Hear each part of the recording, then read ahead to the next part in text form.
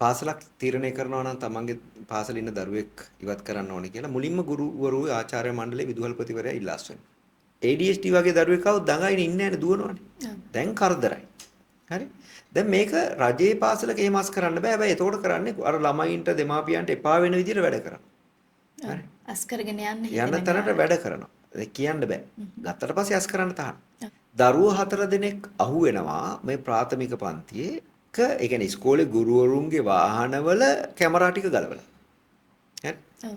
මොකද දරුවෝ කරන්නේ අර පිටිපස්සේ රිවර්ස් කැමරා එක ගානට ගලවනවා. දොරේ ලොක් එක පන්නනවා. පන්නලා ඇතුලේ එකත් ගලව ගන්නවා. හරි? ගලවලා මේ ටික ගිහිල්ලා එළියට දෙනවා. දෙන්නේ කාටද? අම්මට විකුණන්න.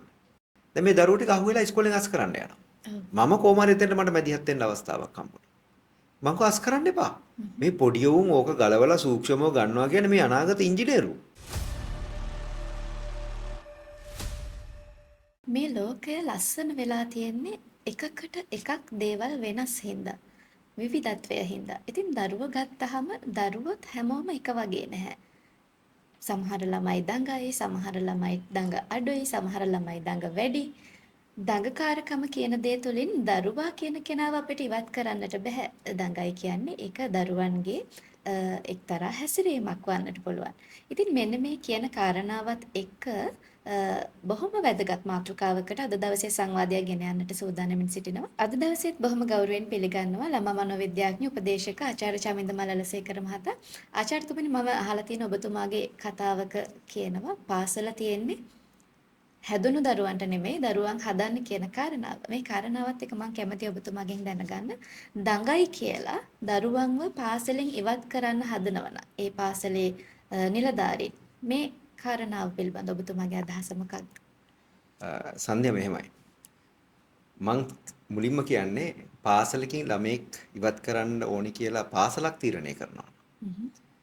ඒකට බලපාන කාරණා ගොඩක් තියෙනවා. හැබැයි 99%ක්ම පාසලක් තීරණය කරනවා නම් තමන්ගේ පාසලේ ඉන්න දරුවෙක් ඉවත් කරන්න ඕනි කියලා මුලින්ම ගුරුවරු ආචාර්ය මණ්ඩලයේ විදුහල්පතිවරයා ඉල්ලාස් වෙනවා. ඒ කියන්නේ එයාට ඒ දරුවව අඳුර ගන්න බෑ. ඒ දරුවව ඩිවෙලොප් කරන්න බෑ. තේරුණාද? ඒ කියන්නේ ඒගොල්ලෝ දක්ෂ නැහැ. ඒගොල්ලෝ වෘත්තියට ගැලපෙන්නේ නැහැ කියන එක. ඒ හින්දා කාට හරි හිතනවා නම් දරුවෙක් ඉවත් කරන්න ඕනි කියලා ඒ කියන්නේ තමාගේ වෘත්තීමය නොහැකියාව. ඔව්. දැන් බෝපැල ටිකක් දෙන්න බෑනේ අපිට ඉස්කෝලේට. ගුරුවරු කැමති එයාගේ පන්තියේ බෝපැල වගේ කීකරු කියන දේ අහගෙනම ඉන්න ළමයි ටිකක් ඉන්නවා. එහෙම ළමයි මේ ලෝකේ නැහැ. අනික එහෙම ළමයි ටිකක් ඉඳලා ඇති වැඩකුත් නැහැ. පන්තියක ලයිව් ඇක්ටිවිටියක් කියන්නේ ඇක්ටිව් ගතියක් තියෙන ඔය දඟලන ළමයිත් එක්ක තමයි. ඔව්. ඒතර ගොඩක් වෙලාවට මම ඕක දැක්කා. දැන් රජයේ පාසලක නම් එහෙම කොහොමත් ඉවත් කරන්න බෑ. ඒක නීතියෙන්ම බෑ. ඒ කියන්නේ ළමයා ඇතුළට ගත්තට පස්සේ හැබැයි පුද්ගලික පාසල්වල මම ওই තත්ත්වය දැකලා තියෙනවා. මම සයිකොලොජිස්ට් කෙනෙක් විදිහට ඉන්නකොට ගොඩක් ජාත්‍යන්තර පාසල්වල දරුවා විවත් කරගන්න කියලා තියෙනවා පේරන්ට්ලාට. ඒක වැරදි. ඒක ඉන්සල්ට් එකක් ඒ ළමයාට. ඒ ළමයාගේ ආත්ම අභිමානයට කරන කැලලක් ඉස්කෝලේ ගිහ ළමයෙක් ඉවත් කරන එක. හරි. ඒතකොට ඒක දෙමව්පියන්ට කියනවා මේ දරුවා වයින් කරගන්න කියලා. මම කියන්නේ දරුවා ගන්නකොට අපි දරුවා පිළිබඳ පොඩි ඉන්ටර්විව් එකක් කරනවා. දරුවා ගන්නකොට අපි දරුවා පිළිබඳ පොඩි අධ්‍යයනයක් කරනවා. ඒකින්ද ෆිසිකලි ඒක රජයේ වගේත් ගෙන්නනවා. දැන් අපිට සාමාන්‍ය ඩවුන් සින්ඩ්‍රෝම් වගේ ලෙඩක් තිබ්බොත් අපිට ඒක පේනවා. ඒ දරුවට ඩවුන් සින්ඩ්‍රෝම් තියෙනවා කියලා අපිට පේනවා. හරි. එතකොට ඔටිසම් වගේ එකක් වුණත් සමහර අවස්ථාවල අපිට බලා ගන්න පුළුවන්. හරි. එතකොට හැබැයි අපිට නොපෙනෙන ඔටිසම් එකක් තියෙනවා. ඒ කියන්නේ අපිට පේන්නේ නැහැ. ඒක මානසික ප්‍රශ්නයක් තමයි. ඒ කියන්නේ ඒක ප්‍රශ්නයක් නෑ ළමයට ඉන්න පුළුවන් සාමාන්‍ය ළමයි එක්ක. ඒ කියන්නේ සාමාන්‍යයෙන් ඉස්කෝලේක ඇතුළේ ඉන්න බැරි වෙන්නේ සිවියර් ඔටිසම් එකක් තියෙනවා නම් කමාන්ඩ්ස් පිළිපදින්න. ඒ කියන්නේ අමාරුයි. ඊළඟට ඩවුන් සින්ඩ්‍රෝම් වගේ තියෙනවා. ඒ ඇරෙන්න ඔටිසම් එක පේන්නේ නැත්නම් ඒ කියන්නේ ළමයා සාමාන්‍ය ළමයා අතර හැදෙන්න පුළුවන්. ADHD වගේ එකක් තියෙනවා ළමයාට ඉන්න පුළුවන්. හරි. දැන් ඔන්න ADHD වගේ දරුවෙක් આવුත් දඟයිනේ ඉන්නේ නැහැනේ දුවනවනේ. දැන් කරදරයි. හරි.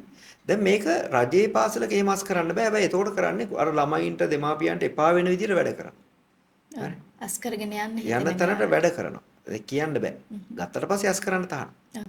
එතකොට හැබැයි ප්‍රයිවට් එකක දෙමාපිය තුන් දෙනෙක් විතර කම්ප්ලේන් කරපු ගමන් ඒගොල්ලෝ හිතන්නේ මාර වැඩි. මේ එක ළමෙක් ඉඳලා තුන් දෙනෙක්ගේ ඇඩ්මිෂන් එක නැති වෙන්න පුළුවන්. දැන් මේකේ මොකද්ද වෙන්නේ? මේක ඉන්සල්ට් එකක්. දරුවට කරන ඉන්සල්ට් එකක්. ඒ ගුරුවරයාගේ තියෙන නොහැකියාව, ඒ පාසලේ තියෙන නොහැකියාව. ඉතින් ඒ නිසා මොනම විදිහකටවත් නීතියෙන් එහෙම අස් කරන්න බෑ. එක දෙමාපියෙකුට හරි එහෙම අස් කරන්න කියලා කිව්වොත් මේ වීඩියෝ එක අහනවා නම් මම කියනවා ඔබ කරුණාකරලා ඉස්කෝලේට විරුද්ධව ඇක්ෂන් එකක් ගන්න. ඒ කියන්නේ එහෙම අස් කරන්න බෑ. ඒක දරුවට කරන ලොකු හානියක්. මොකද දරුවෙක් ආවට පස්සේ මොන වැරද්ද කරාද? දැන් මම එක ඉස්කෝලේක මම ඉස්කෝලේ නම කියන්නේ. දරුවෝ 4 දෙනෙක් අහුවෙනවා මේ ප්‍රාථමික පන්තියේ වාහනේක ඒ කියන්නේ ඉස්කෝලේ ගුරුවරුන්ගේ වාහනවල කැමරා ටික ගලවලා. හරි? ඔව්. මොකද දරුවෝ කරන්නේ අර පිටිපස්සේ රිවර්ස් කැමරා එක ගානට ගලවනවා. දොරේ ලොක් එක පන්නනවා. පන්නලා ඇතුලේ එකත් ගලව ගන්නවා. හරි? ගලවලා මේ ටික ගිහිල්ලා එළියට දෙනවා. දෙන්නේ කාටද? අම්මට විකුණන්න. හරි? දැන් මේ දරුවෝ ටික අහුවෙලා ඉස්කෝලෙන් අස් කරන්න යනවා. මම කොහොම හරි එතෙන්ට මට මැදිහත් වෙන්න අවස්ථාවක් හම්බුණා. මං කෝ අස් කරන්න එපා. මේ පොඩි උන් ඕක ගලවලා සූක්ෂමව ගන්නවා කියන්නේ මේ අනාගත ඉංජිනේරු. ඔව්. නේ? මේ දැන් අම්මා තාත්තගේ පෞල් පරිසරයේ උඩ ගිහිල්ලා ඒ වගේ වැඩක් කරාට මේ අනාගත ඉංජිනේරු. ඒ හින්දා මේක ගලවන්න එපා. මේ දරුවා අස් කරන්න එපා. මේ එතකොට කෙනෙකුට කියන්න පුළුවන් අපේ අරවත් හොරකම් කරා එහෙම නෑ. දරුවා හදන්න අපිට පුළුවන් වෙනවා. ඉතින් ඒක දරුවා අස් කරේ නෑ. හරි? ඒ දරුවාද හොඳ තැනක ඉන්නවා. හැබැයි ගෙදර පරිසරය ගැන කී සමහර දෙමව්පියොත් කියනවා. අර පරිසරය මේ පරිසරය. ඒක අපිට අදාළ නැහැ. දැන් මම ඉගෙන ගත්තේ මහනුවර කිංසුඩ් විද්‍යාලයේ විදුහල්පතිවරයා හැමදා කියන්නේ ආරම්භක විදුහල්පතිවරයා කියපු කතාවක් තමයි මේ ගේට්ටුවෙන් ඇතුළට ඕනම විදියක ළමයෙකුට එන්න පුළුවන්. හැබැයි මෙතනින් එළියට යන්න ඕන ජෙන්ටල්මන් කෙනෙක් මහත්මයෙක්. ඒකනේ ගුරුවරයාගේ වගකීම. ඉතින් මගේ ඔළුවේ තියෙන ඕක. මම මේ කතා කරන්නේ ඒ කන්සෙප්ට් එක උඩ. කියන්නේ ඉස්කෝලේ ළමයෙක් කස් කරන්න සිද්ධ වෙනවා නම් ගුරුවරයන්ගේ වැරද්ද. අපි හිතමුකෝ මත්ද්‍රව්‍යයට අබ්බැහි වෙලා කියලා. දැන් ගොඩක්ම මත්ද්‍රව්‍ය විකුණන්න අබ්බැහි වෙලා නම් අන්න ඒවට වෙනම ක්‍රම තියෙනවා. ඒ දරුවා පාසලෙන් අස් කරන්න ඕනේ. හැබැයි දරුවා අපිට පරිවාසයට දාන්න වෙනවා. සමහරට රිමාන්ඩ් බන්ධනාගාරට දාන්න වෙනවා. මොකද දරුවා මත්ද්‍රව්‍යයට අබ්බැහි වෙලා. හැබැයි සමහර විට ඒක පරිසරෙන් ආවෙන්නත් පුළුවන්, ඉස්කෝලෙන් ආවෙන්නත් පුළුවන්. ඒකට බෝ වෙනවනේ. ඒත් අස් කරනවා කියන එක අවශ්‍ය නැහැ. ළමයාව අදාළ තැන් වලට යොමු කරන්න. ළමයාට පොඩි නිවාඩුවක් හදලා දෙන්න මොකක් හරි ක්‍රමයකට අවුරුදු දෙකක් මං හිතන්නේ දෙන්න පුළුවන්. මේ දරුවා පුනරුත්ථාපන වෙලා ආය පාසලට එන්න. මේ දරුවා ගිහිල්ලා රිමාන්ඩ් එකට ගිහිල්ලා ඉඳලා හරි ආපහු එන්න. ඒක මොකද මේ ළමයා ගණාගතයක් තියෙනවනේ. ඒ නිසා එහෙම අස් කරන්න කියලා එකක් නැහැ. ඒතකොට සමහර දෙමව්පියෝ කියනවා මේ සමහර ඒවාට ඇයි යවන්නේ නැති කියලා මේ ඒ ළමයි හොඳ නැහැ. මම කොයි ළමයිද හොඳ නැත්තේ? නෑ අර වත්තේ ළමයි ඉන්නවා. මම ඉතින් වත්තේ ළමයි නෙමෙයිද? නේ? වත්තේ ළමයිනුත් ළමයිනේ. අනිවාර්යයෙන්. ඒතර වත්තේ ළමයෙක් හෙට මේ රටේ ජනාධිපති වෙන්න පුළුවන්. හරි? මගේ ළමයා කියලා එකක් නෑ. මං කියන්නේ වත්තේ ළමයාත් එක්කත් ඉන්න. මොකද වත්තේ තියෙන ප්‍රශ්නේ? මං එයාගෙන් අහන මොකද්ද ඒ ළමයාගේ තියෙන අවුල? නෑ එයාගේ අම්මා මෙහෙමයි. මං කිව්වා එයාගේ අම්මා එහෙමයි කියලා හරි? දරුවා එහෙම වෙන්න ඕනි කියලා එකක් නෑ. එයාගේ තාත්තා මෙහෙමයි කියලා දරුවා එහෙම වෙන්න ඕනේ නෑ. අම්මා තාත්තා එහෙමනම් වඩා හොඳට දරුවෝ හදන්න ඕනේ. ඒ කියන්නේ මගේ ළඟට කවුන්සලින් වලට එනවා සමහර පාතාල ක්‍රියාකාරකම් කරපු අයගේ දරුවෝ. හරි? දැන් මේ මිනිස්සු මැරිලා. අපේ දරුවෝ ඉන්නවා. තේරෙනවද? එහෙම කියලා ඒ දරුවා නරක වෙලා නැහැ. ඒ දරුවා හොඳට ඉන්න අර සමහර ආපු පීඩනයන් පුංචි කාලේ ආපු ට්‍රූමා ගෙදර හැංගිලා ඉන්න ඒ ප්‍රශ්නත් එක්ක ආපු ඒවත් තියෙන කවුන්සලින් වලට එන්නේ. ඒ හින්දා හරි අපිට ඕනේ දරුවව හැදෙන්න. ඒ නිසා පාසලක කිසිම අයිතියක් නැහැ දරුවෙක්ව අයින් කරන්න. ඒක විශේෂයෙන්ම ජාත්‍යන්තර පාසල් වල මම දකිනවා. හින්දා මම දෙමාපියන්ට කියනවා. ජාත්‍යන්තර පාසලකට දාන්න කලින් ඔය හැමදේම දැනුවත්ව දාන්න. ඒ පාසලේ කවුරු අයින් කරලා තියනවද ප්‍රශ්න ඇති කරලා තියනවද? ඒ හැමදේම දැනගෙන දාන්න. මොකද ඒගොල්ලෝ බලන්නේ වැඩි පිරිසක් කියන දෙයට අහුම්කම් දෙන්න. ඒ අරින්න දරුවන්ගේ පැත්තෙන් ඒගොල්ලෝ බලනවා හරි අඩුයි. ආචාර්යතුමනි දරුවෙක් දඟයි කියලා ඒ විදිහට පාසලෙන් ඉවත් කරන්න හදනවා නම් ඒ දෙමව්පියෝ මොකක්ද එතනින් එහාට කරන්න ඕනේ? නෑ දෙමව්පියෝ ඉවත් කරන්න එපා. ඒ කියන්නේ දෙමව්පියෝ ඉවත් කරන්න එපා. දැන් එක පැත්තකින් මෙහෙම එකක් තියෙනවා. ස්කූල් ෆී එක ගෙවලා නැහැ කියමුකෝ. හරි. මගේ හැටියට ඒත් දරුවා ඉවත් කරන එක එච්චර සාර්ථක නෑ. ඒ කියන්නේ ෆයිනෑන්ෂල් බෑග්ග්‍රවුන්ඩ් එක බලලානේ ඒගොල්ලෝ ගන්න. දැන් දෙමාපියෙකුට ස්කූල් ෆී එකක් ගෙවා ගන්න බැරි වුණොත් ආයතනේ දුවන්න බෑ. ප්‍රශ්නයක් තියෙනවා. හැබැයි එහෙනම් ඒකට මොකද්ද කරන්න කියන එක තීරණය කරන්න ඕනේ. එතකොට දැන් දෙමාපියෝ විදිහට ඔබට තේරෙනවා නම් දරුවා ඉවත් කරනවා කියලා ඔබ එහෙම ඉවත් කරන්න දෙන්න එපා. ඒක දරුවට කරන ඉන්සල්ට් එකක්. ඔයා කෙලින්ම ඒකට අදාළව කියන්න මම මගේ දරුවා ඉවත් කරන්නේ නැහැ. කාට හරි ප්‍රශ්නයක් තියෙනවා නම් ඒකට ඔයගොල්ලෝ උත්තරයක් දෙන්න. මගේ ළමයාට තියෙන ගැටලුවක් තියෙනවා නම් මාත් එක්ක සාකච්ඡා කරන්න. සාකච්ඡා කරලා අපි ඒකට විසඳුමක් බලමු.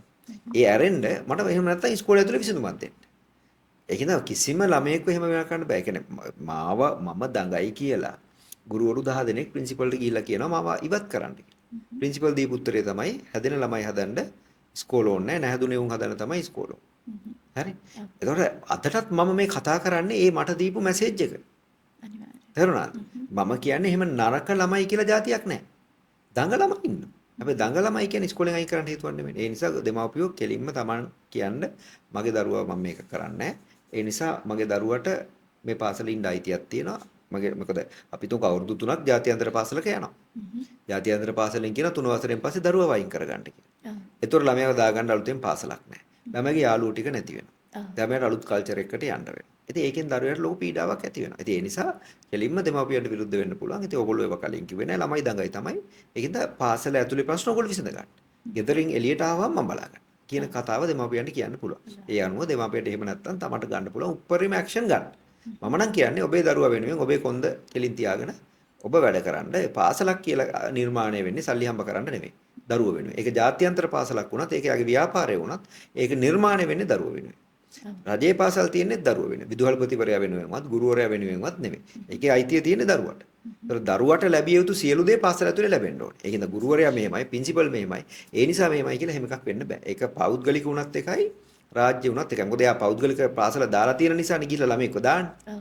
හරි. එතකොට එයාට ව්‍යාපාරික ස්වභාවයෙන් ඒක බලන්න බෑ. ඒක දරුවෙක්ගේ රටේ අනාගතය. එහෙනම් ඒකට විරුද්ධ වෙන්න දෙමාපියන්ට පුළුවන්. පුළුවන් වෙනවා. ආචාර්යතුමනි දෙමව්පියන්ට ඒ වගේ ගැටලුවක් ආවට පස්සේ දෙමව්පියෝ පැමිණිලි කරනවා නම් මොන වගේ ආයතනවලටද දෙමව්පියෝ යන්න ඕනේ? මුලින්ම higher education කියන්නේ අපි හිතමුකෝ education ministry එක. ඒ කියන්නේ ඒක කලාප කාර්යාලය තියෙනවා. ඊළඟට පළාත් එක තියෙනවා. එහෙමත් නැත්නම් කෙලින්ම අධ්‍යාපන දෙපාර්තමේන්තුවේ අමාත්‍යාංශය තියෙනවා. අධ්‍යාපන අමාත්‍යාංශය. ඒතර අධ්‍යාපන අමාත්‍යාංශය කියලා කියන්නේ ඔය රාජ්‍ය නොවන දෙකම ලියාපදිංචි වෙන්න ඕන එතන. නිකන් පටන් ගන්න බෑ. ඒතර ඒගොල්ලෝ රෙස්පොන්සිබල්. ඒතර ළමයෙකුට විරුද්ධව කවුරු හරි මේ අන්තර්ජාතික විශ්වවිද්‍යාලය එහෙම ළමයෙකුට විරුද්ධව මොකක් හරි ඉන්ටර්නැෂනල් ස්කූල් එකක් ජාත්‍යන්තර පාසලක් ඒ විදිහට හැසිරෙන්න යනවා නම් ඒ පිළිබඳව මෙතනට පැමිණිලි කරන්න පුළුවන්. ඊට පස්සේ ළමයින් පිළිබඳ අධිකාරියක් තියෙනවා. ළමා රක්ෂණ අධිකාරිය. ළමා රක්ෂණ අධිකාරියට තමන්ගේ දරුවට වෙන ඉන්සල්ට් ගැන කතා කරන්න පුළුවන්. කියන්න පුළුවන්. ඉතින් එහෙනම් ඒක කිසිම පාසලකට එහෙම අයිතියක් නැහැ. ඒ වගේ දෙයක් කරන්න. මේක පාසලකට නෙමෙයි. සමහරලාට ඔය අවුරුදු 16ට 18ට අඩු ළමයි 11න් පස්සේ යනවා විවිධ ආයතන වලට මේවට. ඒකෙදී වුණත් එහෙම සාධාරණ හේතුවක් නැතුව කිසිම දෙයක් කරන්න බෑ. මේ ළඟදී වැඩක් වුණා මගේ ගාවට උපදේශනයට ආපු දරුවෙක් ඉන්නවා. ඒ ළමයා ඇත්තටම ආවේ මේ ડિප්‍රෙෂන් හැදිලා. සිවියර් ડિප්‍රෙෂන්. එළමට ඉලෙක්ට්‍රික් ෂොක් එකක් අල්ලන්න ඕන. මේ දරුවා ඉලෙක්ට්‍රික් ෂොක් හැදිලා ආවට පස්සේ මට තේරුණා යාට තිබ්බේ ඉස්කෝලේ ඉගෙන ගන්න බැරි ප්‍රශ්නයක්. එහෙනම් මමම සිලෙක්ට් කරලා ඔය වයඹටෙක් කියලා එකක් තියෙනවා කුරුණෑගල පැත්තේ. ඔය වයඹටෙක් එකට යවුවා. මේකෙල්ලා මාස 5ක් ඔක ඉගෙන ගත්තා. ඉගෙන ගත්තට පස්සේ මත්ද්‍රව්‍ය පාවිච්චි කරා කියලා චෝදනාවක් දාලා මේ ළමයා වස් කරා. ඒතර මේ වයඹටෙක් එකට යන්නේ දෙමව්පියෝ සල්ලි ගෙවලා. හරි. ඒතර මේ දෙමව්පියෝ ඇවිල්ලා අපිට කිව්වාම අපි ලියුම් දුන්නා මේ දරුවට මත්ද්‍රව්‍ය එන්න පුළුවන්. ඒක මත්ද්‍රව්‍ය නෙවෙයි අර බොන සයිකියාට්‍රික් ඩ්‍රග්ස් වලට එහෙම ඉෆෙක්ට් එකක් තියෙන්න පුළුවන්. මම ඔය රිපෝට් එක ඕනේ. ඒ වයඹටෙක් එකේ රිපෝට් එක දෙන්නෙත් නැහැ. හරි. ඒතර දරුවට දාන්නේ චෝදනාව මත්ද්‍රව්‍ය. ඉතින් මත්ද්‍රව්‍ය බොනවා නම් ඒ ළමයාගේ තත්ත්වය බලලා අපි පොලිසියට කම්ප්ලේන්ට් කරන්න එපා. නේ? ඒතකොට ඒ රිපෝට් එක දෙන්නෙත් නැහැ. ඉතින් ඒ දරුවවත් අයින් කරා. අද ආපහු ඒ දරුවට ડિප්‍රෙෂන්. දැන් මම ඒකට විරුද්ධව ඇක්ෂන් එකක් ගන්න කියලා දෙමාපියන්ට කිව්වා. මම කෝ ඒගොල්ලන්ට මානව හිමිකම් එකට යන්න, පොලිසිය ගිහලා පැමිණිල්ලක් දාන්න. ළමයාට මත්ද්‍රව්‍ය චෝදනාවක් තියෙනවා නම් පොලිසියට ඒගොල්ලෝ ඉන්ෆෝම් කරන්න ඕනේ. ඊට අමතරව ළමා ආරක්ෂණයකට යන්න ගිහලා කම්ප්ලේන්ට් කරන්න කියලා. මොකද අනිවාර්යයෙන්ම කම්ප්ලේන්ට් කරන්න ඕනේ. ඒතකොට ඒක ටෙක් එකක්ද? ඒක පාසලක්ද? අදාළ නැහැ. ඒගොල්ලෝ ගන්න අවුරුදු 18ට වඩා අඩු ළමයෙක් නම්. ඒ ළමයාගේ ඊට පස්සේ 18 පයින්න පුළුවන්. හැබැයි ඒ ළමයාගේ අනාගතය ඒගොල්ලන්ට එහෙම විනාශ කරන්න බෑ. ඒ කියන්නේ සාධාරණ හේතු තියෙන්න පුළුවන්. ඇත්තට මේ ළමයා අයිස් අරන්න. එහෙනම් ඒ ළමයා ඒක ඉස්සෙල්ලම කරන්න ඕන අස් කරන්න කලින් පොලිසියට දැනුම් දෙන එක. මොකද අයිස් ආවේ කොහෙන්ද? අයිස් ගත්තේ කොහෙන්ද? ඒවා ලොකු ජාලානේ. ඉතින් ඒක නොකර දරුවා අස් කරනවා නම් මත්ද්‍රව්‍ය කියලා වැරදි. ඒ හින්දා කිසිම කෙනෙකුට එහෙම ගත්තට පස්සේ අස් කරන්න බෑ. රැකියාවට ගන්න සේවකයෙක් වුණත් අස් කරන ප්‍රොසීඩි එකක් තියෙනවා. ඒකට නීතිමය තත්ත්වයක් තියෙනවා. ඒ නිසා ඒවට ඕන විරුද්ධ ඕනම ඇක්ෂන් එකක් ගන්න පුළුවන්. අනිවාර්යයෙන්. ස්තුතිවන්ත වෙනවා ආචාර්යතුමනි මේ වටිනා කියන අදහස් ටික අද දවසේ අපත් සමග බෙදා හදාගත්තාට ආදරණීය දෙමව්පියන්ට අපි මතක් කරනවා මේ සම්බන්ධව ගැටලු තියෙනවා නම් ඔබට පුළුවන් ආචාර්යතුමා පැහැදිලි කර ආකාරයට ඒ අදාළ ආයතන හරහා තමන්ගේ දරුවා වෙනුවෙන් සටන් කරන්නට දෙමව්පියෝ විදිහට අපිට ඒකට අවශ්‍ය ශක්තිය ධෛර්යය තියෙන්නටම ඕනේ.